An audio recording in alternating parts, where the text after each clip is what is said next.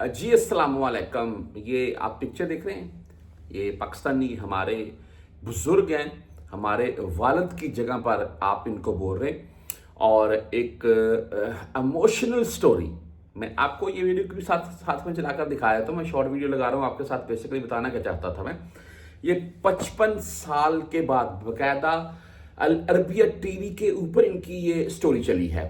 55 साल यहाँ पर मदीना अल मुनव्वरा में मेहनत मजदूरी एक ही कफील के साथ करने के बाद उसके बगीचे में, उसके बाग में ये अभी सफ़र कर रहे हैं। पाकिस्तान का बुजुर्ग हो गए, 55 साल गुजारे हैं। वो बोलते हैं यहाँ पर बाकायदा इंटरव्यू दे रखे हैं, उसमें बाकायदा वाजे कर रहे हैं। और सऊदी जो है ना, वो इमोशनल हुआ है इनको जब ये डाल के मिल रहा है। आपको क्लिप साथ में मैं चलाकर शायद दिखा रखा हूँ, आप देख भी सकते हैं।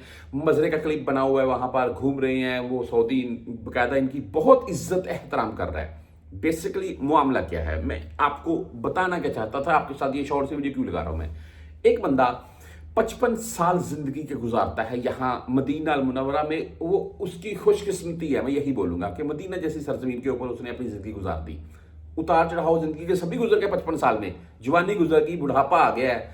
अच्छा, अभी जो आगे का मामला है मैं उसको देखता हूँ। वो पता क्या है, अभी ये पाकिस्तान में जाएंगे, अल्लाह ताला की ज़ात, मैं बोलता हूँ कि इनकी जो फैमिली है ना वो भी इन जैसी हो। पता क्यों, जब अभी ये बुजुर्ग हो गए, अभी फैमिली में जाकर इन्होंने एडजस्ट होना है, तो एडजस्ट होते होते थोड़ा टाइम लगेगा क्योंकि लाइफ यहाँ पर सेटल होती है। उसके बाद पाकिस्तान में ये सेटल हो जाए अच्छे से, इनकी फैमिली इनके साथ बेहतरीन रहे और ज़िंदगी के जो आखिरी साल हैं ये बेहतरीन गुजार सके।